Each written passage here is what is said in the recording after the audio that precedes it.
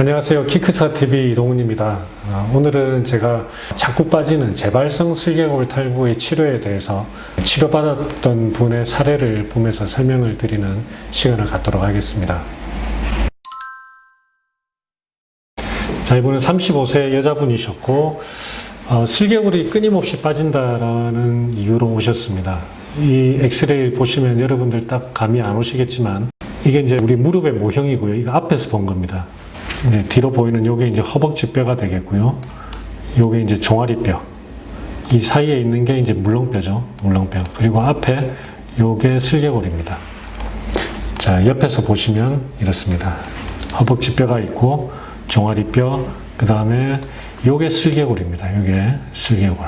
그래서 슬개골은 뭐냐면 이 대퇴골하고 관절을 이루는데 이가 관절을 이루어서 무릎을 구부리고 펴고 할 때 그 무릎을 펴는 힘을 효과적으로 하기 위한 그런 구조물이 되겠고, 이 파란색이 연골을 표현을 한 건데 보시다시피 이것도 관절입니다. 우리 무릎에 아주 중요한 역할을 하는 관절입니다.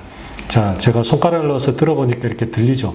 그래서 슬개골은 이 파란색 관절, 이 허벅지뼈하고 이렇게 관절을 이뤄요, 서로. 그래서 대퇴슬개 관절이라고도 합니다. 그래서 무릎을 이렇게 쭉 펴고 있을 때는 이게 그냥 힘을 별로 안 받죠. 덜렁덜렁 합니다. 그런데 우리가 무릎을 구부리면 제가 손가락으로 들어 올리려고 해도 안 들리죠. 그래서 무릎을 굽히면 이 슬개골이 대퇴골하고 관절이 형성이 되면서 강한 압박을 받게 됩니다. 그래서 이런 대퇴슬개 관절이 닳고 안 좋게 되면 특히 무릎을 이렇게 구부리고 힘주는 자세, 앉았다 일어나거나 계단 오르내릴 때 무릎 앞쪽으로 통증을 느끼게 되는 원리가 바로 이런 원리가 되겠습니다. 자, 그러면 옆에 엑스레이는 뭐냐?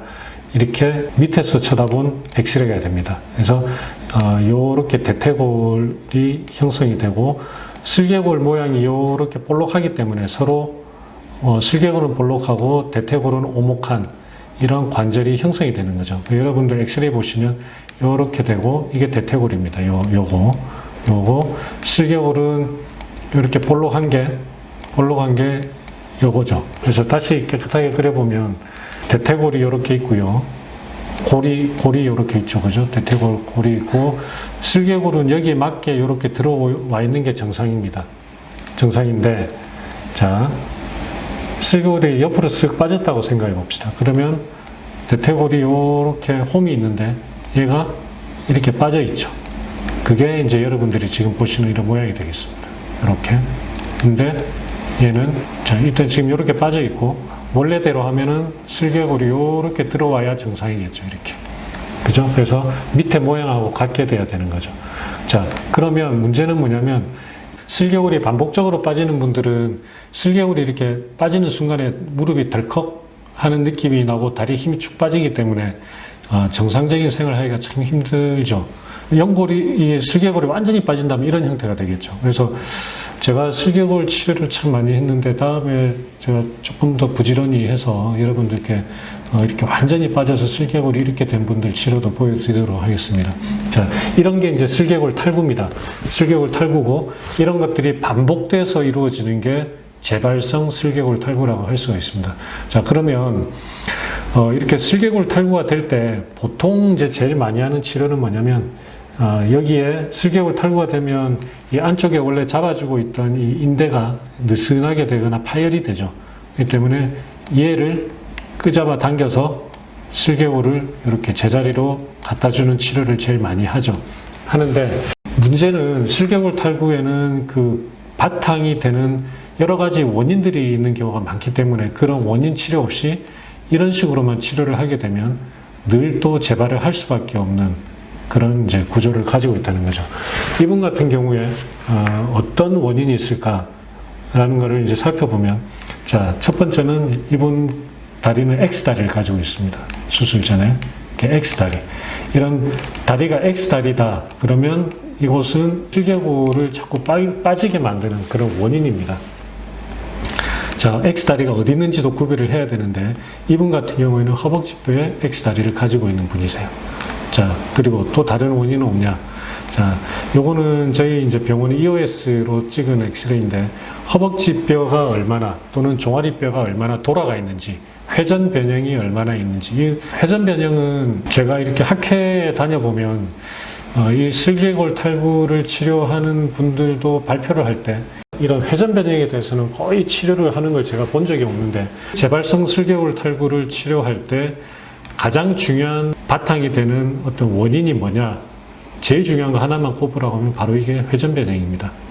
X다리도 중요하지만 그것보다 더 중요한 게 회전 변형입니다. 그래서 이런 회전 변형을 잘 이해하고 회전 변형을 잘 치료를 해야 재발성 슬개골 탈구를 잡을 수 있는 확률이 높아진다라고 말씀을 드릴 수 있습니다.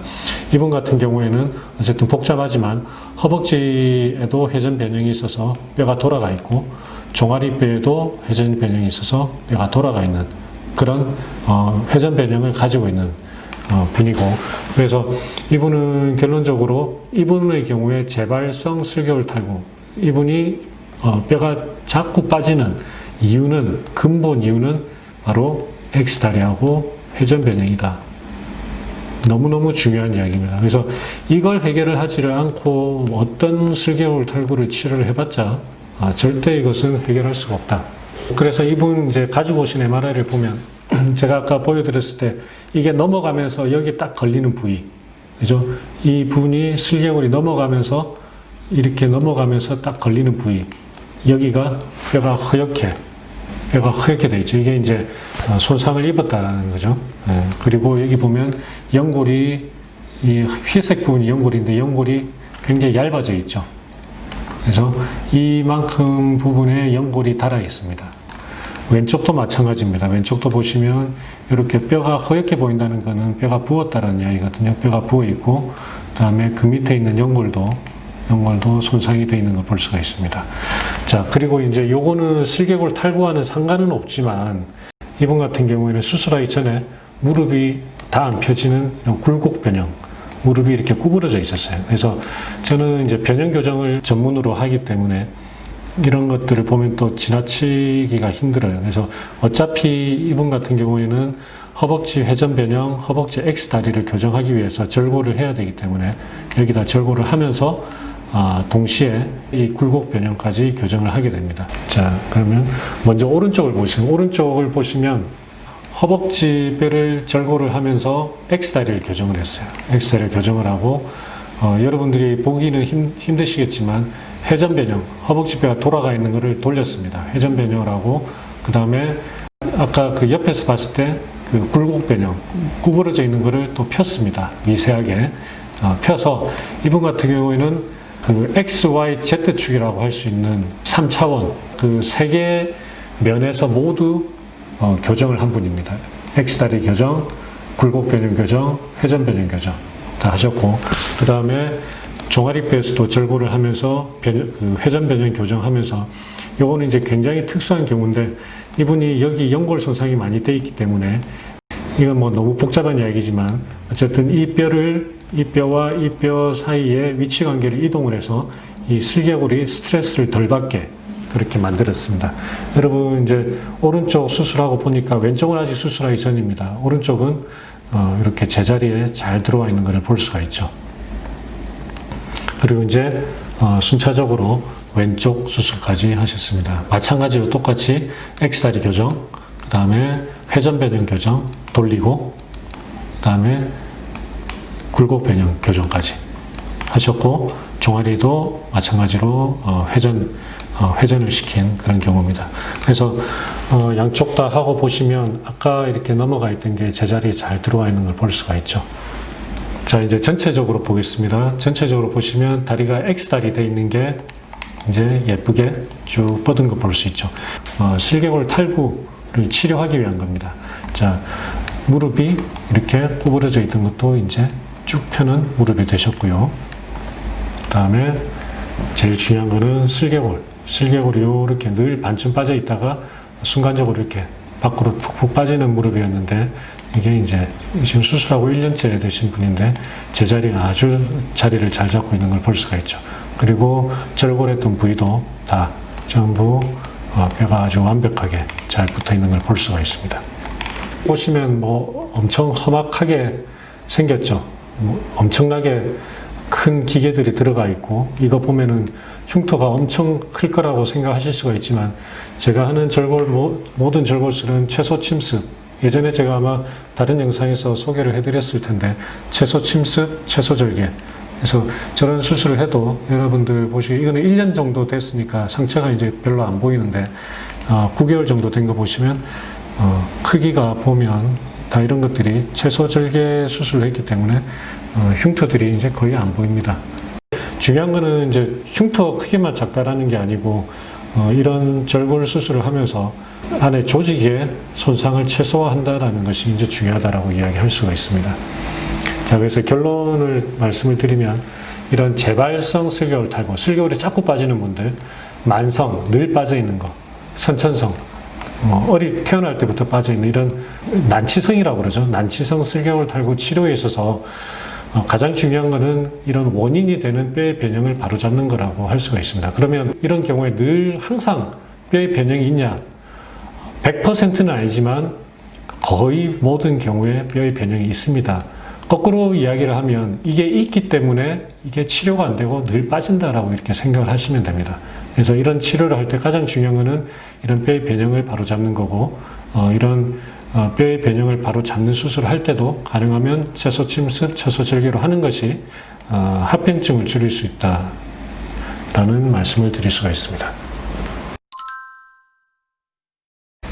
오늘은 재발성 슬개골 탈구 치료에 대해서 케이스 설명을 해드렸는데, 이 재발성 슬개골 탈구는 정말 여러분들이 치료를 잘 받으셔야 되는 부분이고, 원인 파악과 그 원인을 해결하지 않으면 재발되는 현상을 장기적으로 안정되게 가져가기가 참 힘든 치료입니다.